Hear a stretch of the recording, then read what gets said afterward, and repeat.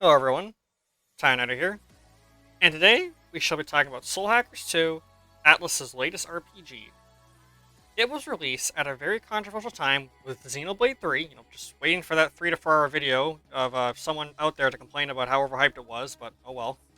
And Persona 5 Royale for the PC and Xbox coming out around the time of this game's release. I, of course, wanted to play this game as it interests me quite a bit, and I wanted another turn-based JRPG in my life, as I've honestly fallen in love with them. So I bought the game and decided to see what was in store for me. I will be sharing my thoughts on the game, but I'll be talking about things related to the game for its series, mainly its history. And it's a little weird and complicated, but more on that later. So grab a snack, sit back, and relax, as I'll be talking about the weird history of this game and its predecessors, other stuff, and my thoughts on the game as a whole. Trust me on this one, there's a lot to dig up here. The rabbit hole goes very deep. Also, I should note that my pronunciation is really bad, so I apologize if I mispronounce any names of people, characters, names, etc. wrong. So, if we were to start somewhere with the history, then we would have to start with the company Atlus, which was founded in April of 1986 as a video game developer and publisher. Outside of that, the company is involved in amusement and karaoke equipment.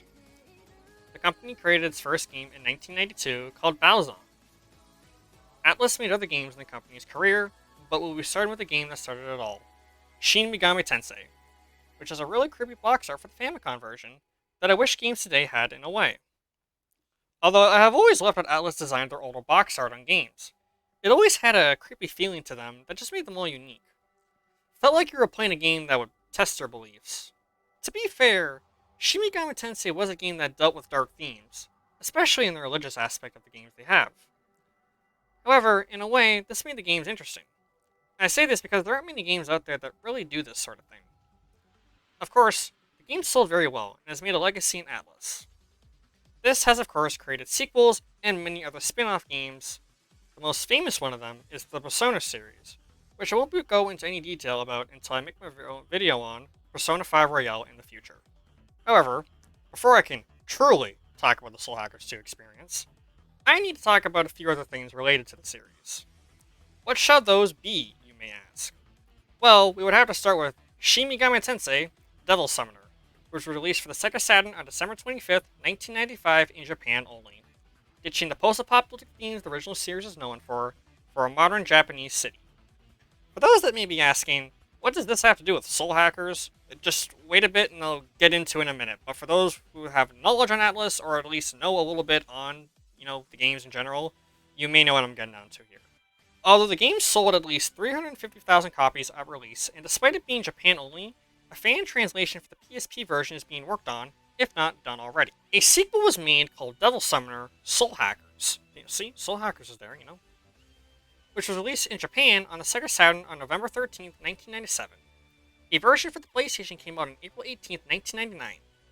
There was a remake for it on Nintendo 3DS that was made on and came out on August 30th of 2012 in Japan, but America got it a year later on April 16th, 2013, and Europe got it on September 13th of the same year. I have never played any versions of this game, so I can't say anything on them, but they're there for those that are interested. After that, there are actually two other lesser-known titles in the series, or at least I think there are because I heard normally talk about them, that featured Rada Kuzunawa, who you may know from Shin Megami Tensei 3 Nocturne. The two games he was in are called Devilsummoner Rada Kuzunawa vs. the Soulless Army, which came out in Japan on March 2nd, 2006, and October 10th of the same year in America, with Europe getting the game a year later on April 27th for the PS2. The game was also made available on the PlayStation Network on April 1st, 2014 in America. Although apparently, some people have complained that the game is rather rough to say the least, but some people love it, so there is that. So much so that it actually ended up getting a sequel. The sequel to it was Devilsummoner Rada Kuzunawa vs. King Abaddon, and it came out in Japan on October 23rd, 2008, and America got it on May 12th, 2009 for the PS2, and was made for the PSN on June 24th, 2014, with Europe getting left out this time. But if anyone has any info stating otherwise, you're free to tell me in the comments. There's not a whole lot of stuff for these two games, but the stuff that I do have is at least noteworthy. It just did not live up to the expectations of, let's say, games like Persona 3, 4, or even Nocturne. There was also a packaging that contained a Jack Frost-like plushie of Rider that I thought was worth mentioning for the second game. Now, that would be it for the series, but it had a few side games that are worth mentioning. Yes, you heard me. A spin-off series has spin-off games, and none of these I've played.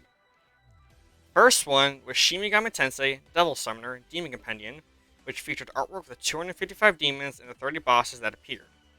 It was originally a standalone product, but was later packaged in the Shin Megami Tensei Devilsummoner Special Box on August 9th, 1996, with the original game, Compendium Disc, and Music CD. Another version was released called Devilsummoner Soulhackers Demon Compendium Second Collection, which features updated artwork with high-resolution demon graphics for 300 plus demons. There was also some commentary on the demons themselves, a sound novel that details the story of this group called the Spookies, which was a group of the main characters in the original Soulhackers game that I talked about earlier. Also, there was a sound room allowing players to listen to music of Soulhackers. Do these even count as games? I don't even know at this point. To make the titles more confusing, or at least I hope they're not confusing, there was also a Shin Megami Tensei Devilsummoner Digital Collection, which was a CD-ROM that contained a collection of mini-games based on the original Devilsummoner game.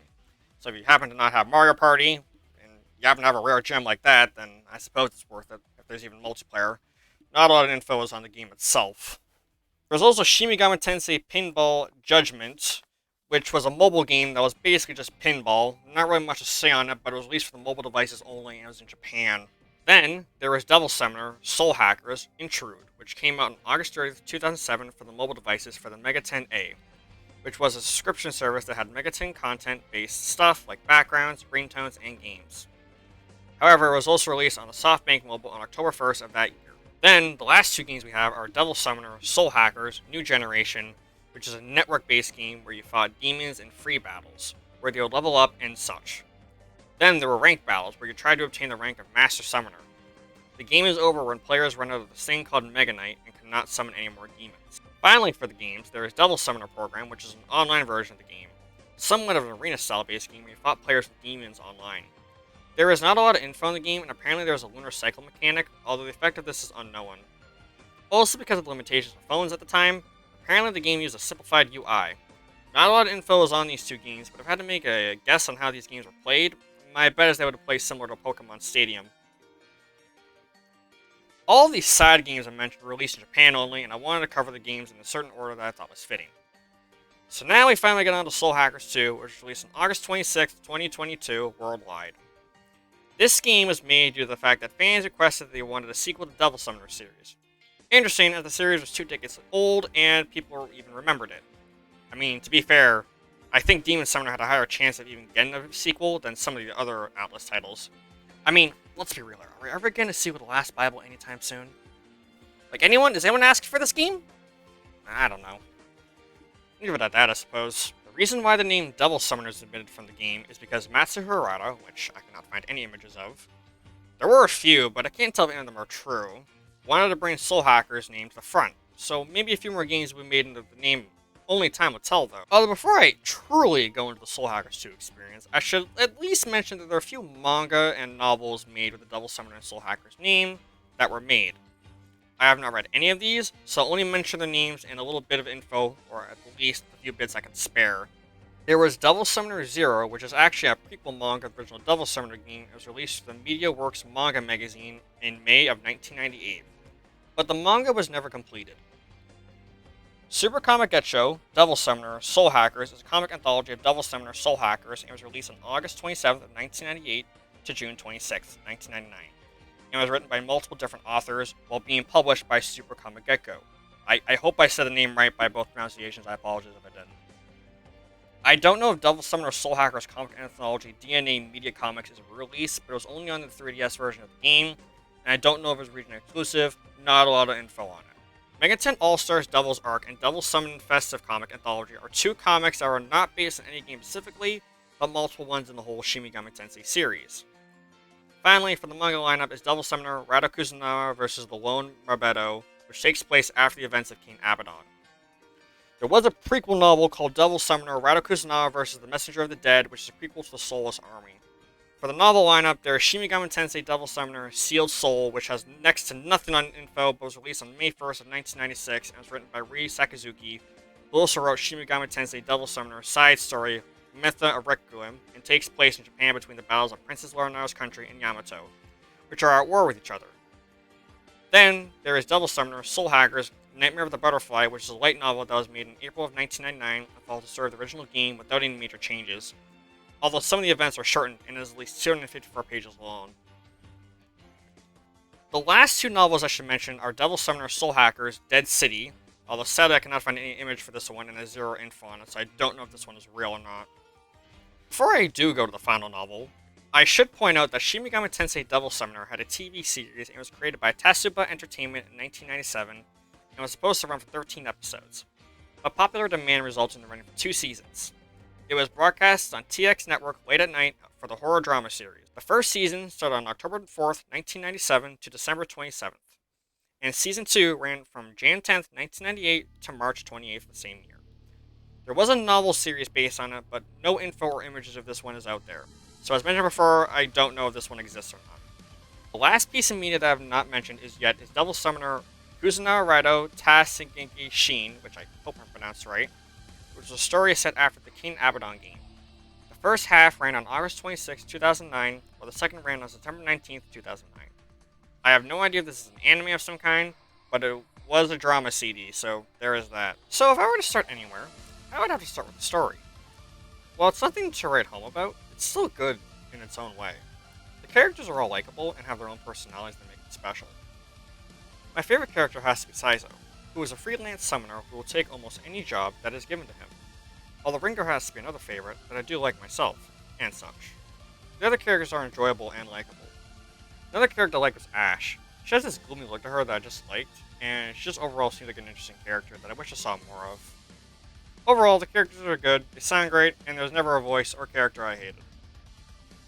Let's go over the gameplay. I'll be talking about what I like, what I don't like, and some other issues that the community has talked about.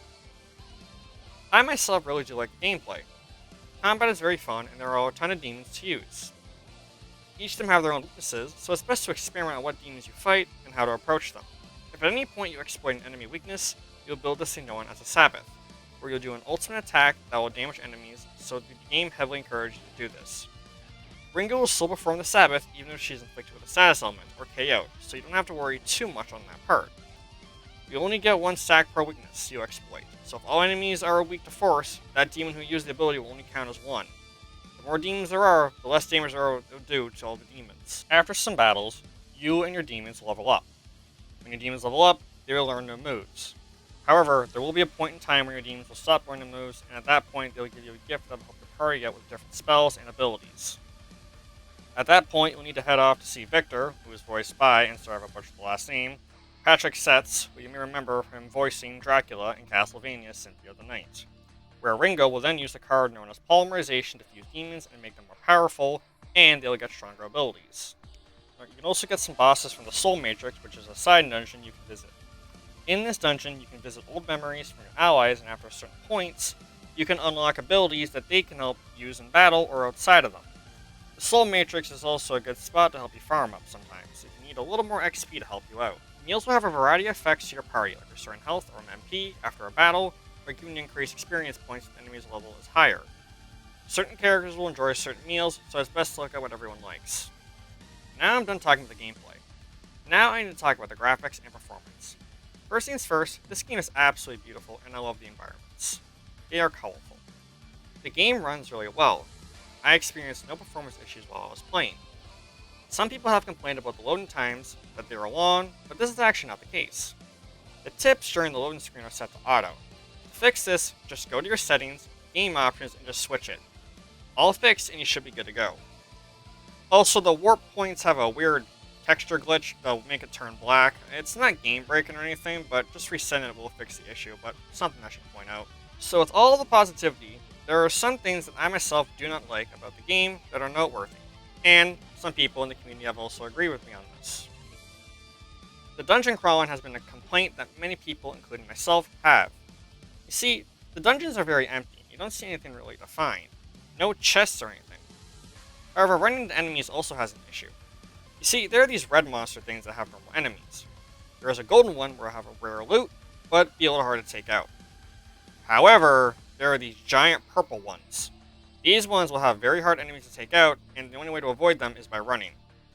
For the red and gold ones, you can use a slash attack to take them down, and you can avoid them. Although the more you do this, the more of them will appear. The purple ones, you can't. So like I said, you should run, or you can fight them. Although taking them out is another issue on its own, as the enemies are very high leveled and can take out your party instantly. You can try and escape. Doing this in any SMT game is already hard enough, so it's best to use items when doing this. Speaking of items, the MP restoration items are not the greatest. You don't restore enough MP, and it's best for you to just go back and rest your party to heal your MP again. Unless you get lucky and get one of those demons that heals your MP completely. Although this is more of a personal issue that I have, so take that as you will. The DLCs are another issue. The costume ones are just not worth it, and to make matters worse, you can only wear them during battle. Not even Ringo's costumes are viewable, and you can only play as her in the overworld. If you pre-order the deluxe edition, you also had a DLC that gave Ringo a maid costume.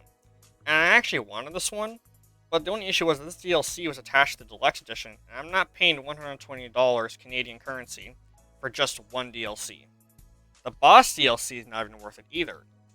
It gives you access to 8 demons who were previous bosses in older games.